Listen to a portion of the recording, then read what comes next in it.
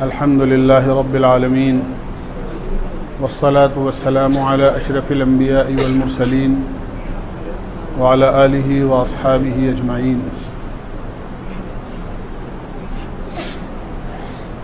دوست بزرگو،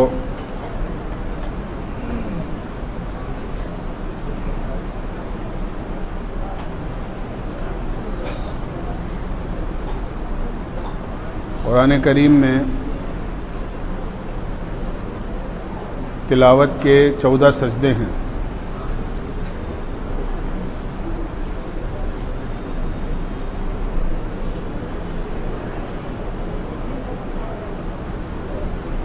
جب قرآن کریم کو پڑھنے والا ان آیتوں پر پہنچے یا ان آیتوں پر پڑھے تو اس کو چاہیے کہ وہ سجدہ کرے.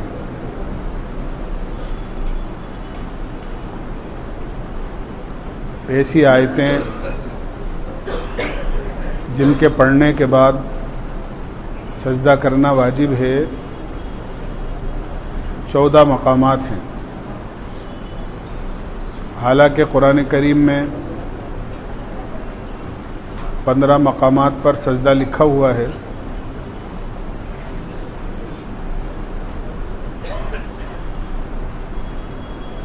سورہ حج کے اندر 2 سجدے ہیں، ایک دوسرے رکوع میں ہے، ایک آخری رکوع میں ہے.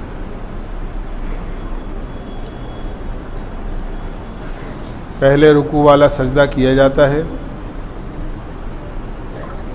اور آخری رکوع والا سجدہ اس پر سجدہ نہیں کیا جاتا. وہ نماز کے سجدے کا حکم ہے. اس میں گویا اس میں نماز کے سجدے کی فرضیت کو بیان کیا گیا ہے.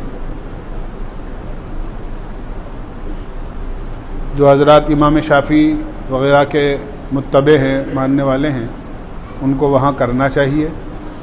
ان کے مسلک کے اندر وہاں پر سجدہ کیا جاتا ہے. امام ابو حنیفہ رحمۃ اللہ علیہ کے یہاں سورہ حج میں پہلا سجدہ کیا جائے گا، دوسرا نہیں کیا جائے گا. سجدہ کرنے کا طریقہ یہ ہے کہ اگر آدمی نماز میں ہے تو آیت سجدہ کے فوراً بعد سجدہ کر لینا چاہیے، امام کو بھی اور اس کے ساتھ تمام مقتدیوں کو بھی.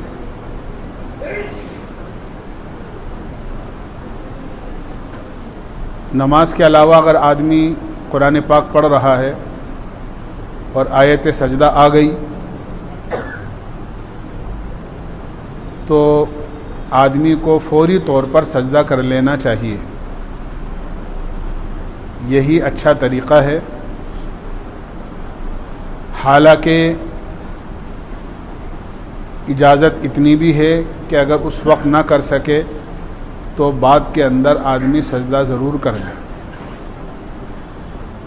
اسی وقت کرنا اس لیے بہتر ہے کہ خدا نخواستہ ذہن سے نکل جائے اور آدمی کو یاد نہ رہے اور آدمی کے ذمے سجدہ باقی رہ جائے، اس لیے کہ یہ سجدہ واجب ہوتا ہے.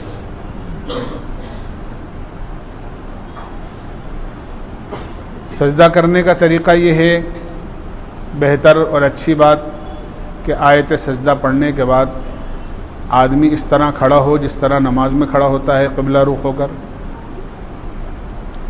اور اللہ اکبر کہتے ہوئے سجدے میں چلا جائے. 3 مرتبہ، 5 مرتبہ، 7 مرتبہ، جتنی مرتبہ بھی وہ کہہ سکے، سبحان ربی العلیٰ کہہ کے اللہ اکبر کہہ کر اٹھ جائے. یہ سب سے افضل، سب سے اچھا طریقہ ہے. اگر کسی آدمی نے کھڑے ہو کر نہیں کیا بلکہ بیٹھ کر، جس طرح 2 زانو اپن بیٹھتے ہیں نماز کے اندر قاعدے میں، اس طرح بیٹھ کر اللہ اکبر کہہ کر سجدہ کر لیا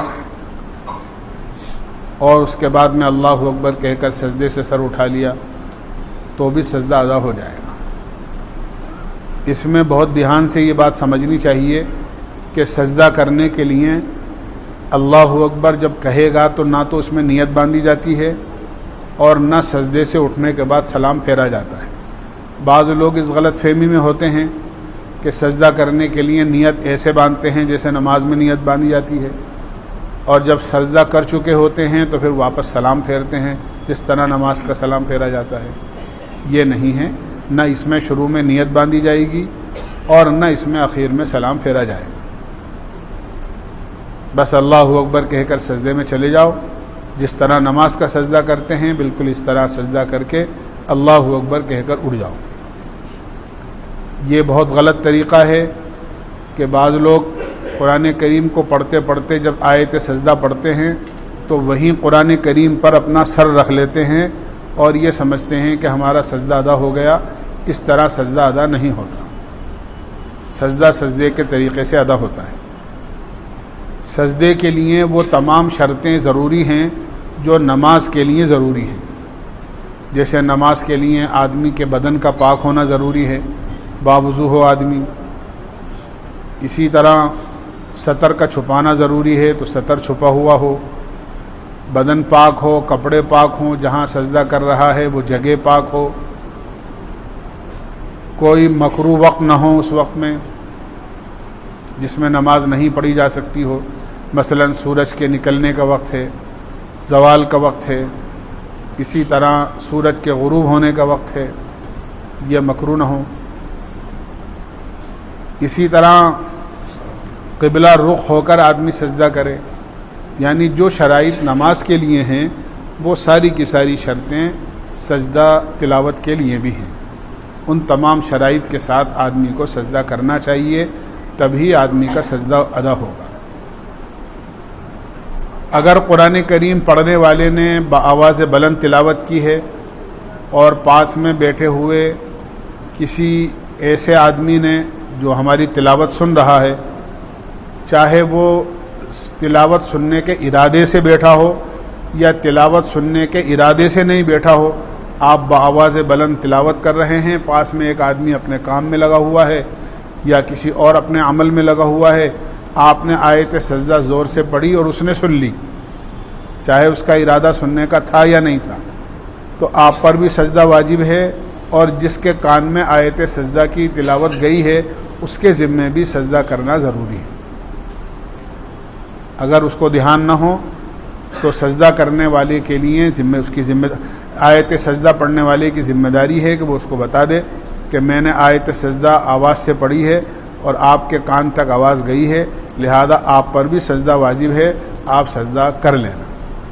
لیکن بہتر بات یہ ہے کہ سجدہ کرنے والے کو آیت سجدہ آہستہ پڑھنی چاہیے، تاکہ کہیں ایسا نہ ہو کہ کسی آدمی تک آواز پہنچ جائے اور اس پر سجدہ واجب ہو جائے اور آپ نے بھی نہیں کہا اور اس کو بھی احساس نہیں ہوا کہ میں نے آیت سجدہ سنی ہے اور سجدہ اس کے ذمہ واجب رہ جائے۔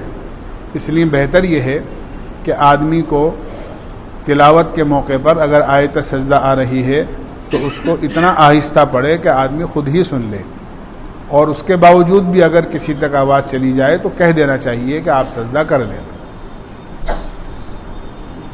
ایک ہی جگہ بیٹھے بیٹھے اگر آدمی نے آیت سجدہ کو کئی مرتبہ پڑھا ہے تو سب کے بدلے میں ایک ہی سجدہ کر لیا جائے گا۔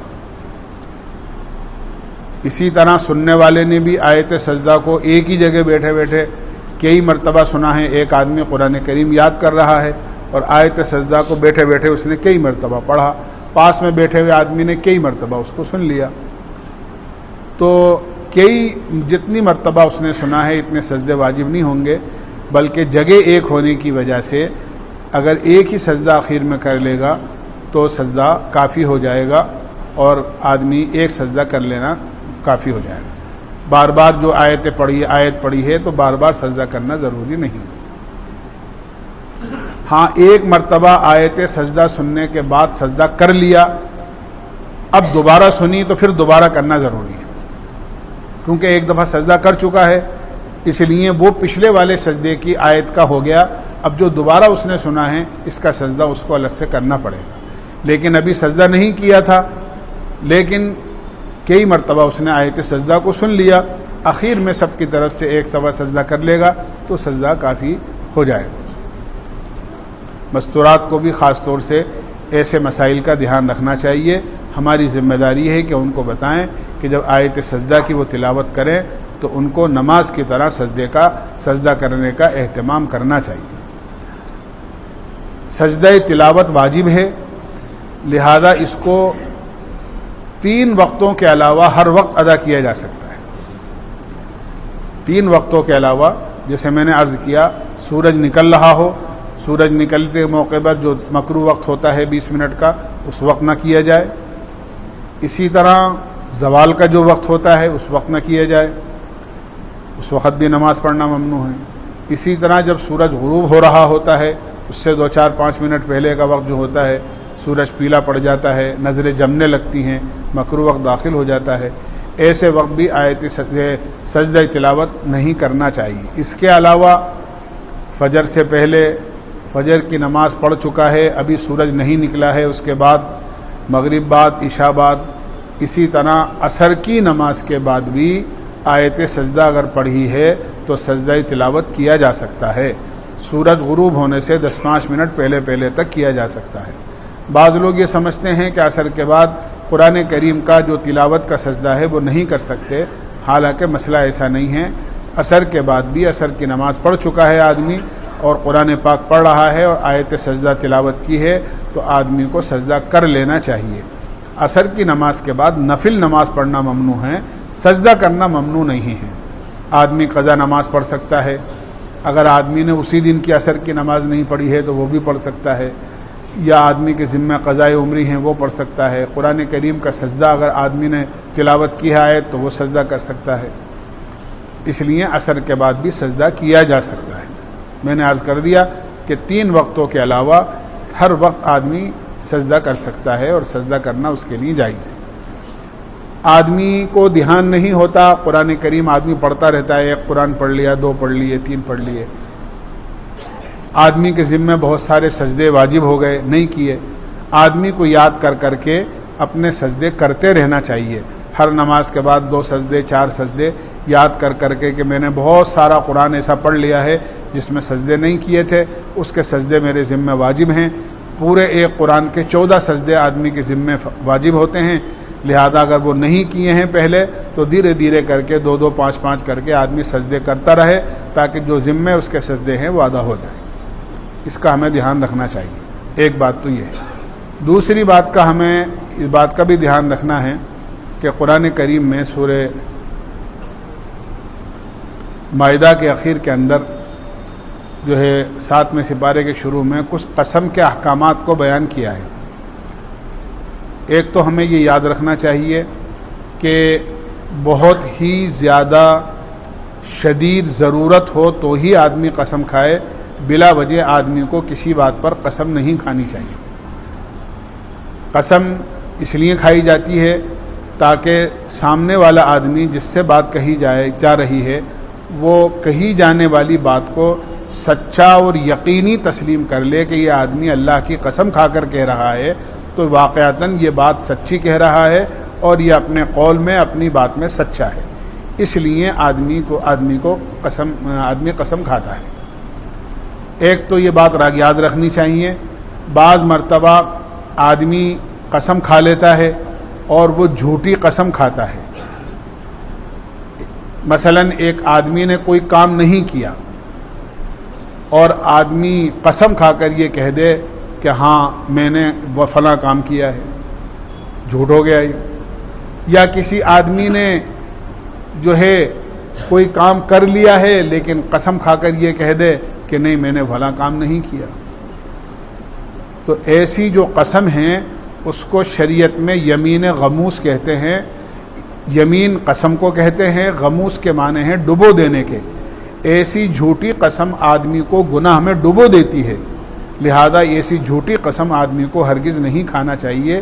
یہ گناہ کبیرہ ہے، یہ بڑا گناہ ہے، کوئی چھوٹا معمولی گناہ نہیں ہے، اور بڑا گناہ جو ہے وہ بغیر توبہ کے معاف نہیں ہوتا۔ تو اگر ایسی جھوٹی قسم آدمی نے کھائی ہے تو آدمی کو توبہ کرنی چاہیے۔ اس قسم کا کوئی کفارہ تو نہیں ہے لیکن توبہ کرنی ضروری ہے، آدمی کو اپنے گناہ کی معافی مانگنی ضروری ہے۔ ایک ہوتی ہے یمین لغو، ایسی قسم ہوتی ہے جو آدمی نے کھائی تو قسم کسی بات کو سچا جانتے ہوئے آدمی نے قسم کھائی ہے لیکن حقیقت اس کے خلاف ہے.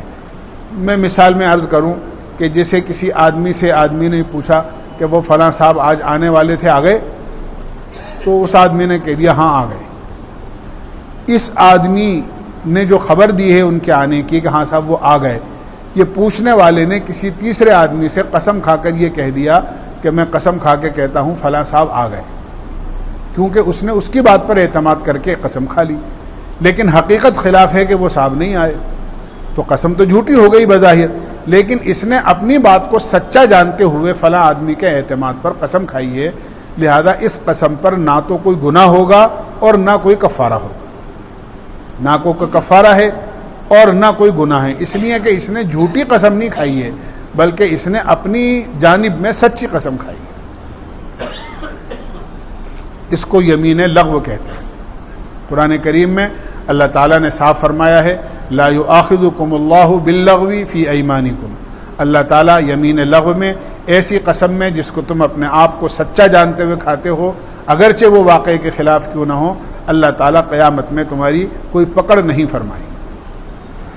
ایک قسم ہوتی ہے جو آدمی آنے والے زمانے میں کسی کام کے کرنے نہ کرنے کی قسم کھاتا ہے. جیسے کسی آدمی نے قسم کھائی کہ میں فلاں کام نہیں کروں گا اور قسم کھا کر کہہ دیا، تو اب یہ قسم لاگو ہو گئی. اپنی قسم پر اس کو پابند رہنا چاہیے. اگر اس نے کسی کام کے نہیں کرنے کی قسم کھائی ہے اور وہ کام اس نے کر لیا تو قسم ٹوٹ گئی، اور قسم ٹوٹ گئی تو اس کو اپنی قسم کا کفارہ ادا کرنا ضروری ہے. یہ یاد رکھنا چاہیے. آنے والے زمانے کے اندر کسی کام کے کرنے یا نہ کرنے کی آدمی نے قسم کھائی ہے، اور جو قسم کھائی ہے اگر اس کے خلاف اگر آدمی کر لیتا ہے تو آدمی کی قسم ٹوٹ جاتی ہے اور اس قسم کا کفارہ آدمی کو دینا ضروری ہوتا ہے. اب پہلے یہ بات یاد رکھیں کہ بعض قسمیں ایسی ہوتی ہیں جن کا پابند رہنا ضروری ہوتا ہے، ان کو نہیں توڑنا چاہیے. وَاحْفَظُوا أَيْمَانَكُمْ، قرآن کریم میں اللہ نے فرمایا اگر تم قسم کھا لو تو قسموں کی حفاظت کرو. مثلا کسی آدمی نے یہ قسم کھائی کہ میں قسم کھا کر کہتا ہوں کہ آئندہ کبھی بھی جھوٹ نہیں بولوں گا، تو بہت اچھی بات ہے. آدمی کو اپنی قسم کا پابند رہنا چاہیے اور آئندہ کبھی بھی جھوٹ نہیں بولنا چاہیے. یا کسی آدمی نے قسم کھائی کہ میں قسم کھا کر یہ کہتا ہوں آئندہ کبھی بھی نماز قضا نہیں کروں گا، تو آدمی کو اپنی قسم پر پابند رہنا چاہیے اور نماز کو نہیں چھوڑنا چاہیے اور نماز کو قضا نہیں کرنا چاہیے. ایسی قسموں کے بارے میں حفاظت کا وعدہ کیا ہے، حفاظت کا حکم کیا ہے اللہ تعالیٰ نے. واحفظوا ایمانکم، اپنے قسموں کی حفاظت کیا کرو.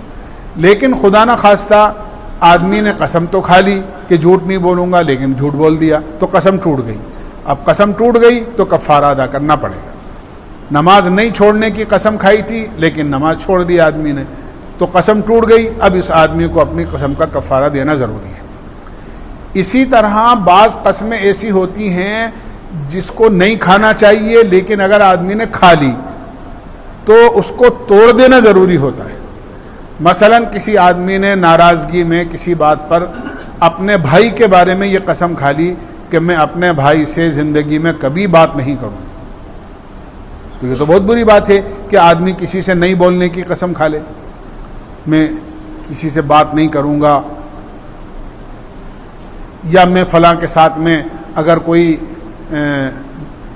احسان کا معاملہ کرتا تھا، کسی کی مدد کرتا تھا، تو بلا وجہ آدمی ناراض ہو کر قسم کھا لے کہ میں فلاں آدمی کی مدد نہیں کروں گا، اس نے میرے ساتھ ایسا کر لیا یا اس نے میرے بارے میں ایسا کہہ دیا. تو ایسی قسمیں نہیں کھانا چاہیے. اگر کھا لی ہیں غصے کے اندر تو توڑ دینا چاہیے، اور قسم جب ٹوٹ جائے اور آدمی توڑ دے تو اس کا کفارہ ادا کرنا ضروری ہوتا ہے. ایسی قسموں پر پابند رہنا ضروری نہیں ہے بلکہ توڑ دینا ضروری ہے. اس لیے کہ اللہ کے نبی علیہ السلام نے فرمایا اگر دو مسلمان بھائی آپس کے اندر 3 دن بھی باتیں نہیں کریں، سلام کلام نہیں کریں ایک دوسرے سے، اور انتقال ہو جائے تو فرمایا کہ دونوں کے دونوں جہنم میں جائیں گے. 3 دن سے زیادہ سلام کلام بند نہیں رکھنا چاہیے. کسی وجہ سے ناراضگی ہو گئی تو آدمی کو بول لینا چاہیے. خدا نخواستہ غصے میں قسم کھا گیا تو اپنی قسم کو توڑ کر اس کا کفارہ ادا کر دینا چاہیے۔ کفارہ جو ہے قسم کا، وہ اگر آدمی توڑ دے تو 10 مسکینوں کو دونوں وقت کا کھانا کھلانا ہے، 10 غریبوں کو دونوں وقت کا کھانا کھلانا، یہ قسم کا کفارہ ہے۔ اگر کسی آدمی نے قسم کھائی ہے اور اس سے قسم ٹوٹ گئی ہے یا اس نے قسم توڑ دی ہے تو اس کا کفارہ، اس کا گناہ اس وقت معاف ہوگا۔ فَكَفَّارَتُهُ إِطْعَامُ 10 مَسَاكِينَ مِنْ أَوْسَطِ مَا تُطْعِمُونَ أَهْلِيكُمْ، کہ آپ اپنے گھر میں متوسط درجے کا جو کھانا خود کھاتے ہو یا اپنے گھر والوں کو کھلاتے ہو، اس قسم کا متوسط کھانا 10 غریبوں کو آپ دونوں وقت کا کھلائیں گے تو آپ کا قسم کا کفارہ ادا ہو جائے گا۔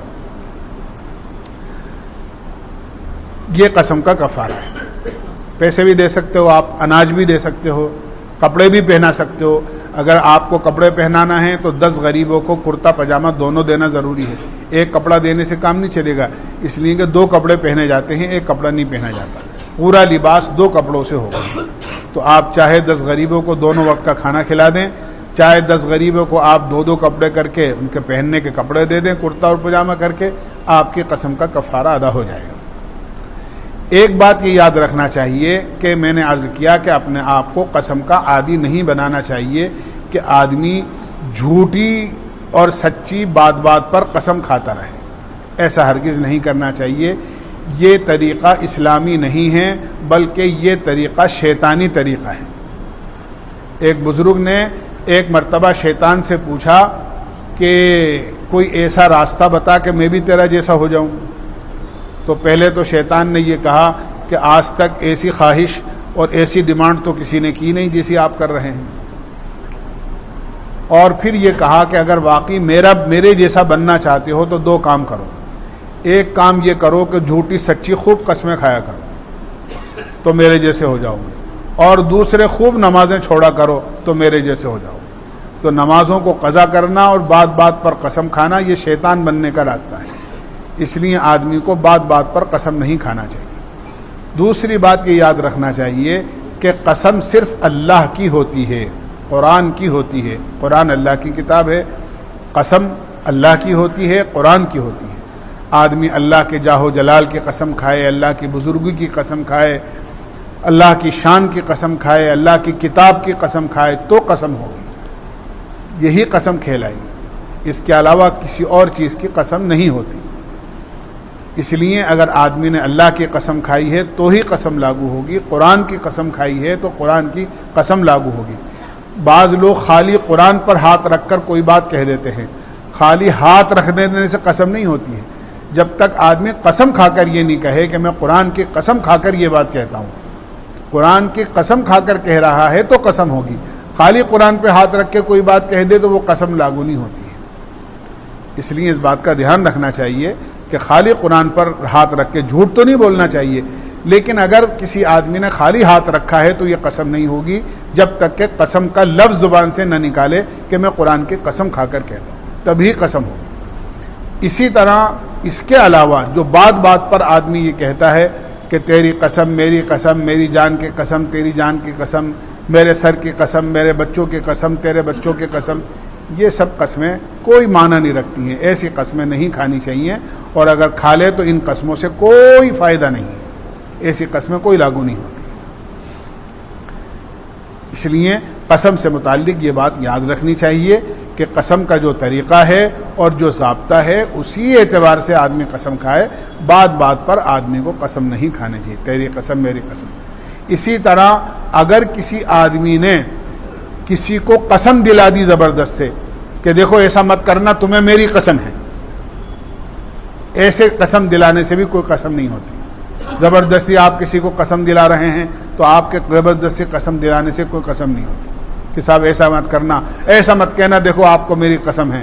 تو اس طرح کہہ دینے سے اگر آدمی اس کے خلاف بھی کر لیتا ہے تو بھی کوئی قسم نہیں ہوتی ہے اور نہ کوئی کفارہ آدمی کے ذمہ ہے۔ یہ قسموں سے متعلق کچھ ضروری باتیں تھیں جو قرآن کریم کی سورہ مائدہ میں اللہ تعالیٰ نے بیان فرمائی ہیں، جو میں نے عرض کی ہیں، اس کا ہمیں دھیان رکھنا چاہیے۔ اللہ ہمیں عمل کی توفیق نصیب۔